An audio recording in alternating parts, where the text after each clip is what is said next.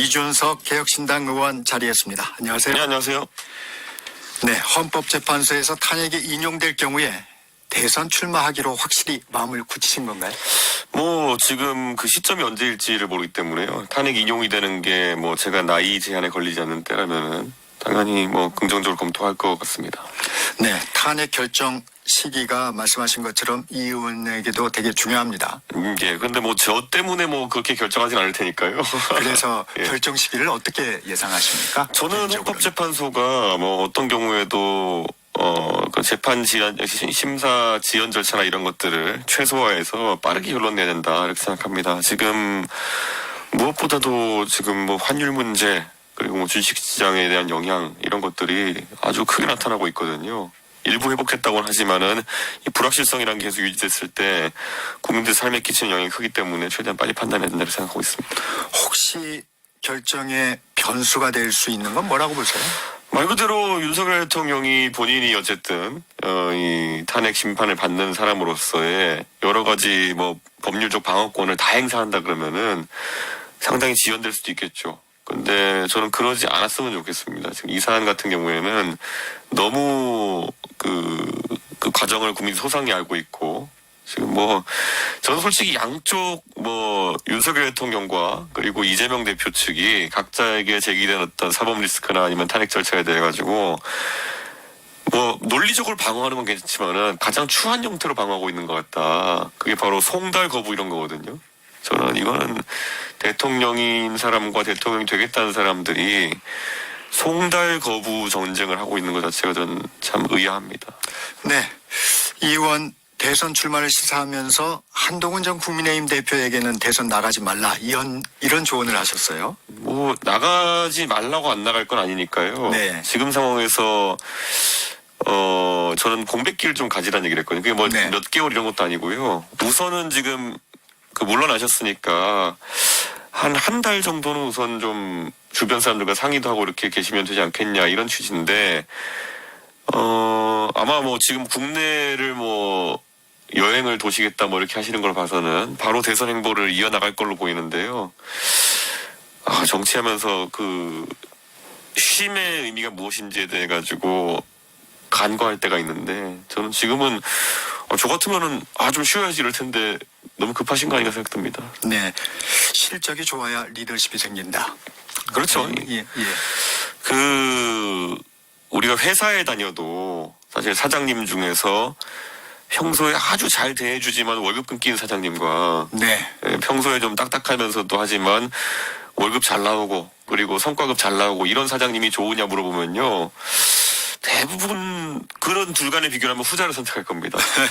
예. 근데 아마 지금 한동훈 대표가 검찰 공무원으로서는 승승장구했고 네. 그런데 지금 정치에 들어와가지고는 실적이 좀 너무 안 좋거든요 지금. 네. 예, 그러다 보니까 그거 고민을 좀 해야 된다. 실적을 신경 쓰지 않고 지금 다른 메시지만 발산해가지고 좀 어렵다 그런 얘기입니다. 저희가 이제 주목한 게 한 대표가 정치를 계속하면 언젠가 만날 수도 있다 이렇게 말씀하셨어요.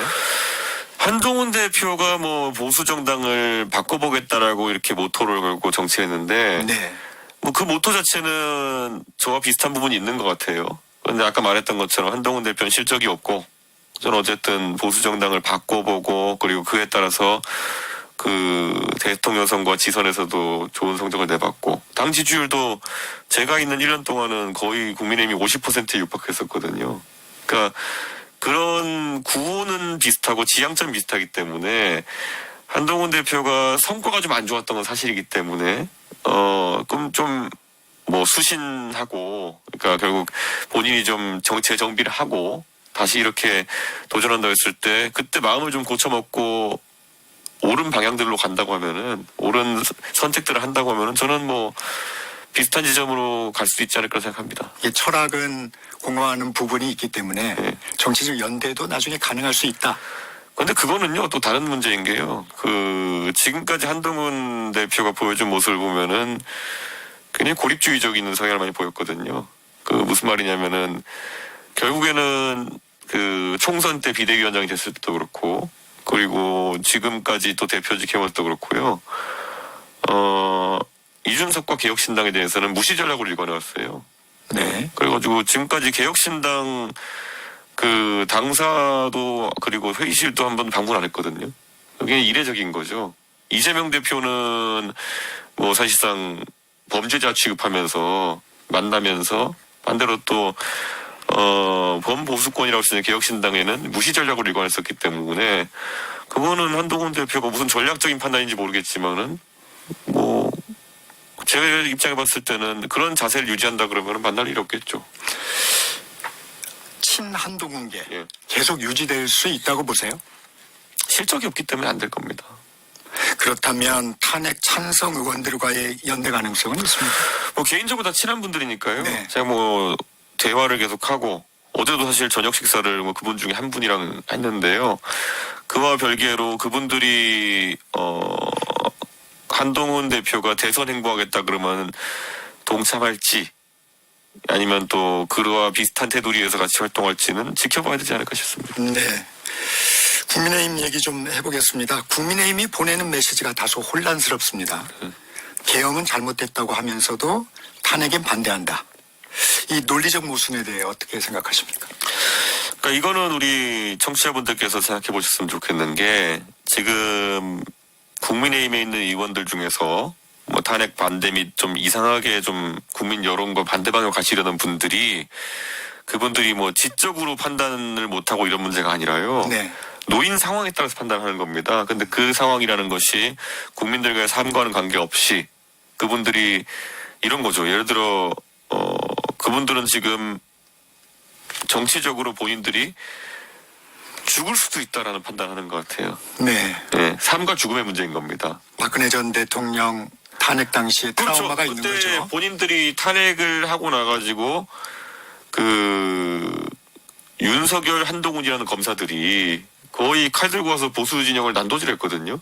그래가지고 일선에 따르면 거의 1000명 가까운 사람들을 수사해가지고 그분들 중에 뭐 솔직히 말하면 스스로 목숨을 끊은 분도 있고 뭐 그런 아주 안타까운 일이 있다 보니까 이번에도 솔직히 캥기는 게 있는 사람들 같은 경우에는 야 이게 특히 별안간 탄핵 아닙니까 갑자기 윤석열 대통령이 그 친위 쿠데타 성격의 계엄을 일으키면서 별안간 탄핵이기 때문에 준비할 새도 없이 예를 들어 특검 수사가 진행된다. 네. 그러면은 이거 범위가 확장되면서 소위 김건희 여사 특검 같은 것이 많이 진행된다. 그러면은 윤핵관이라 불리는 나와 윤핵관이라는 게 뭡니까? 윤석열 대통령 또는 김건희 여사와 아주 밀착되어 있던 관계 아니겠습니까? 네.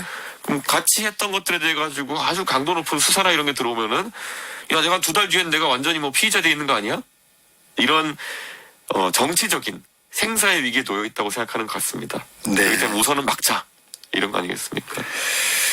이 의원님은 젊은 보수 지도자 중에 한 분이십니다. 예. 보수의 정신 어떻게? 저는 책임감이 있어야 되고요. 저는 보수 정치에 있어서 지금 2번이나 탄핵을 받아들이게 된 것은 결국 그걸 구현하는 사람들이 굉장히 이상한 사람들이 있는 거거든요. 사실 전 윤석열 대통령은 아직도 보수인지 아닌지 잘 모르겠어요.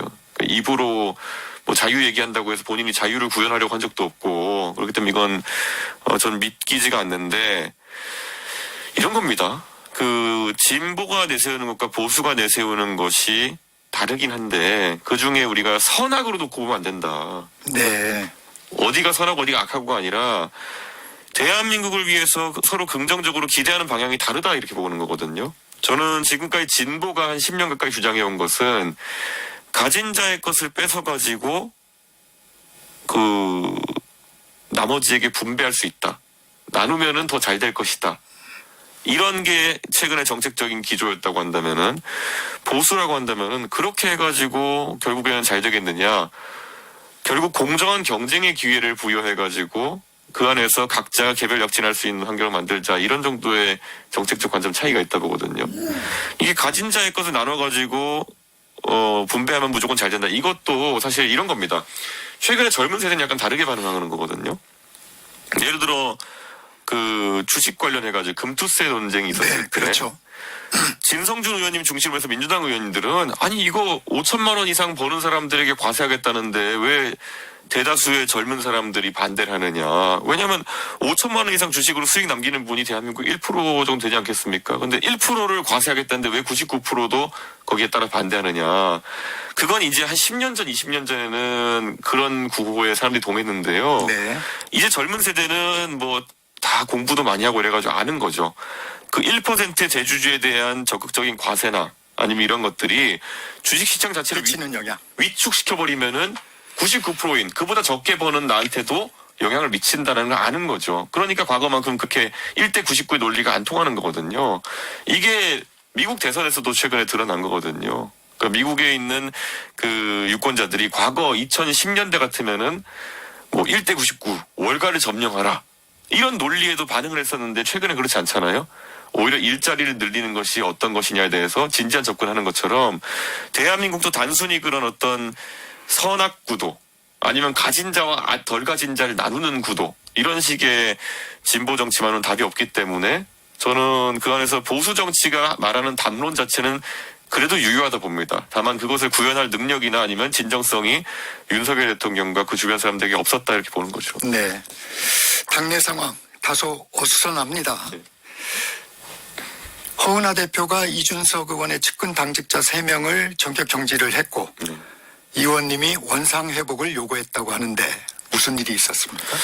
아무래도 뭐 허은하 대표도 지금 본인이 어쨌든 당을 이끄는 상황 속에서 여러 가지 정체되는 분위기에 대해 가지고 답답함이 있었기 때문에 당 대표로서의 뭐 인사권을 활용하겠다 이런 생각이었던 것 같은데 문제는 이 당에서 이번에 허은하 대표가 전격 경질한 사람들이 그러면 거기에 책임을 져야 될 사람들이냐 첫째 그리고 두 번째로는 실제로 개혁신당에서 어려운 과정을 함께 해왔던 사람들이 그렇게 안 좋은 형태로 잘릴 만한 사람들이냐에 대해서 당내에 거의 모든 구성원들이 반대하고 있는 상황에서 이게 한 2달 정도 된 얘기입니다. 아 그렇습니까? 네. 당내에서 계속 논의가 좀 있었습니까? 모든 사람이 반대했다고 보시면 됩니다. 네. 그런데 이제 이렇게 된 거고 사실 그러다 보니까 여기에 대해서 책임을 져야 되는데 사실 이런 거죠. 그러면 예를 들어 사무총장을 잘랐습니다. 그럼 사무총장의 후임이 누구인지라도 정해놓고 잘랐어야 되는데 그냥 이거는 주변 사람들이 반대하는 와중에서 후임도 없는 상태에서 잘라버리고 그러니까 이게 어떠다가 이런 상황이 발생했는지 구성원들도 궁금해하는 겁니다. 예. 그래서 지금 뭐 후임을 찾아가지고 잘라놓고 후임을 찾으러 다니는 모양새던데 좀 그래서 당내 구성원들이 해명을 요구하고 안타깝게 생각하는 것 같습니다. 네. 국민의힘 얘기 더 해보죠. 뭐 지금 비대위원장을 놓고 고심 중인데 네. 중진들이 물망에 오르고 있어요. 친윤 중진이 비대위원장이 될 가능성도 제기되는데 어떻게 전망하십니까? 저는 그게 만약에 다가오는 조기 대선이라든지 아니면 당내 분위기 일신하는 그런 상황이라면은 그런 선택을 하지 않을 거로 봅니다. 그런데 그럼 왜 그런 논의가 나오느냐? 아까 제가 처음 말씀드렸던 것처럼 이분들은 정치적으로 정치 생명. 죽느냐 사느냐의 문제로 받아들이는 것 네네. 같습니다. 그래서 참 안타까운 선택이지만은 저는 중진들 또는 윤핵관들 중심으로 다시 당을 꽉 잡고 가려는 분위기가 형성되어 있다 이렇게 봅니다. 네. 권선동 원내대표 어제 이재명 대표 만났는데요. 제왕적 대통령제의 문제를 지적하면서 개헌 필요성을 얘기했습니다. 어떻게 생각하십니까?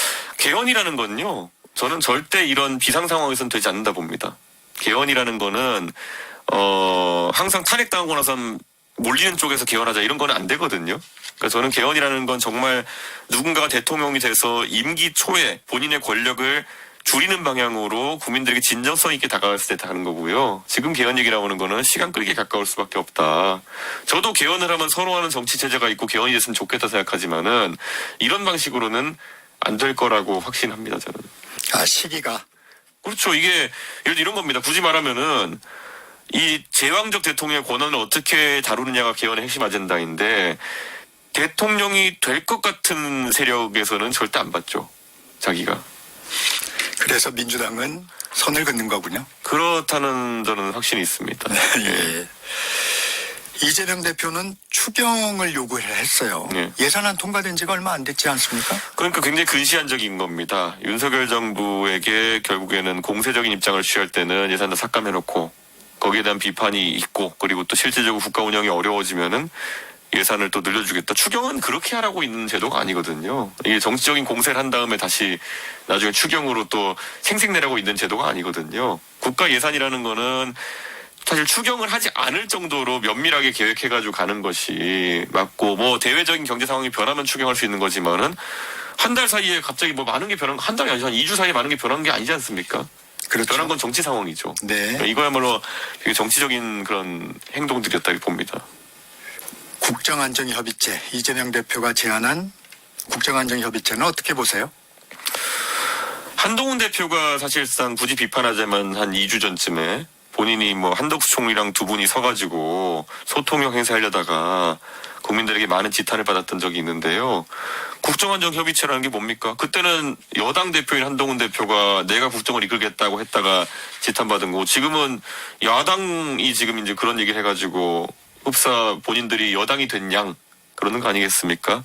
저는 국가에서 헌법이 지정한 절차에 따르면은 결국 한덕수 총리님이 권한 대행으로서 거의 네. 대부분의 대통령의 권한 행사하도록 되어 있는 거거든요.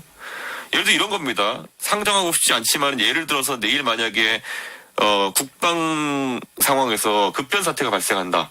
북한이 뭐 도발을 한다. 그러면은 우리는 헌법에 따라 가지고 한덕수 총리님 중심으로 그런 상황을 해결해야 되는 겁니다.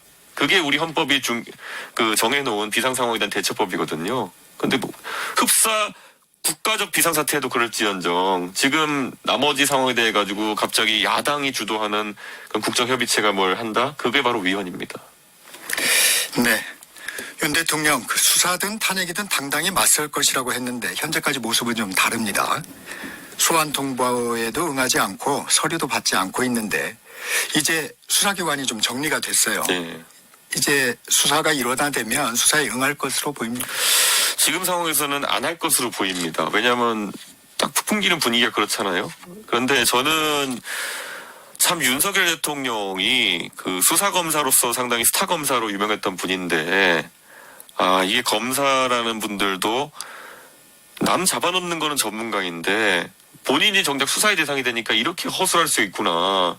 왜냐, 국민들의 이런 트라우마나 이런 것들은 전혀 감안하지 않고 본인이 법률 기술자로서의 방어를 하려고 하는 것 같은데요. 안타깝고요. 저는 국민들께 가감히 말씀드리고 싶은 게 정치권에서 좀 법률가 좀 덜 봤으면 좋겠습니다. 지금 어쩌다 보니까 지금 다시 여야의 사령탑도 법대 출신들, 변호사 출신들이 지금 하고 있는 거고요. 권성동 대표 검사 출신, 이재명 대표 변호사 출신, 대통령도 검사 출신, 한동훈 전 대표도 검사 출신. 어쩌다가 이런 상황이 발생했는지 모르겠습니다. 지난 국민의힘 전당대회로 가면요, 대통령 윤석열 서울대 법대, 그 당시 비대위원장 황문여 네, 서울대 네. 법대, 네. 한동훈 후보 서울대 법대, 나경원 후보, 원희룡 후보 서울대 법대. 이런 일색 속에서 법대 출신들과 율사 출신만 있으니까 항상 과거를 재단해가지고 선악을 가르려고 그럽니다. 이게 이분들의 직업적 특성인지 모르겠지만은 저는 이제 이런 거 그만했으면 좋겠습니다. 네. 이 상황에서 우원식 국회의장 국정조사 추진하고 있어요. 성과를 낼 수 있을까요?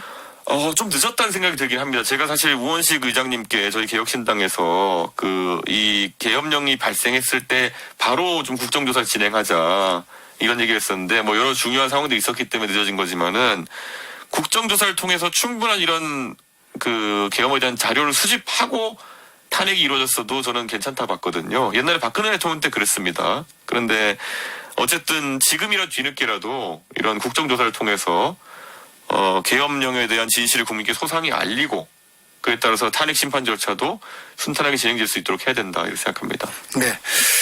명태균 씨 관련 수사도 속도를 좀 내고 있습니다. 황금폰이라고 그러나요? 네. 그 쓰던 전화기 내용이 공개되면 파장이 클 것으로 보이는데 윤석열 대통령과 김건희 여사의 공천 개입 의혹 수사 어떻게 보십니까? 제가 처음부터 저도 언론에 증언했던 것처럼 아마 그런 전화기에 윤석열 대통령과 김건희 여사와의 대화 같은 것이 많을 겁니다. 예, 저도 익히 알고 있는데, 그런데 그 안에서 이제 실제 공천 개입과 관련된 내용이 지금 보면은 예전에 공개됐던 윤석열 대통령과 명태균 사장의 대화 외에도 그 공개된 대화, 나는 김영선이라 했는데 뭐 그 대화의 한 70, 80%가 삭제된 지금 버전이라고 하거든요. 거기에 보면 뭐 누구에게 본인이 연락했다부터 이렇게 나온다고 하는데 이 부분도 지금 뭐 계엄 정국에서 좀 덜 관심받는 것 같긴 하지만 윤석열 대통령의 그런 공천 개입이라는 데서는 상당한 증거가 나올 거로 보입니다. 명태균 씨 측, 그게 변호인이 홍준표 대구시장과 오세훈 서울시장을 향해서도 언행을 조심하라 이렇게 경고했다고 해요.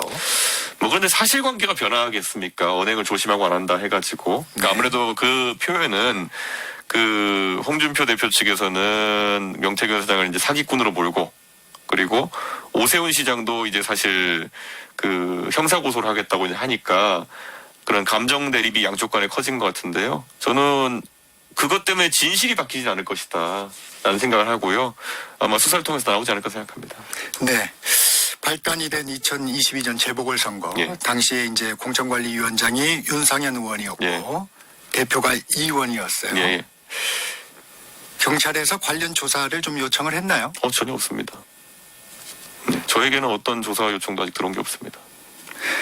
이 의원도 몇 번 이제 접촉이 있으셨는데 명태균 씨 어떤 사람입니까? 저는 몇 번 접촉 정도가 아니라요. 상당히 오랜 기간 알고 지냈는데 저는 이분과 뭐 금전 거래라든지 아니면은 뭐 여론조사나 이런 걸 부탁하고 한 적이 없기 때문에 지금 많은 정치인들이 고생하고 있는 그 분야와는 관계가 없고요. 이분이 제가 몇 번 언론에 얘기했던 것처럼 윤석열 대통령과 김건희 여사 신임을 얻으면서 사실 정치인과 메신저 역할을 굉장히 많이 했고 또 잘한 편입니다. 그거는. 왜냐하면 이분이 창원 출신으로서 서울에 연고가 있는 분이 많지 않기 때문에 뭐 이 메시지 전달하고 하면서 뭐 기자들에게 유출되고 이런 게 없었기 때문에 상당히 정치권에서는 그런 역할을 많이 했던 분입니다.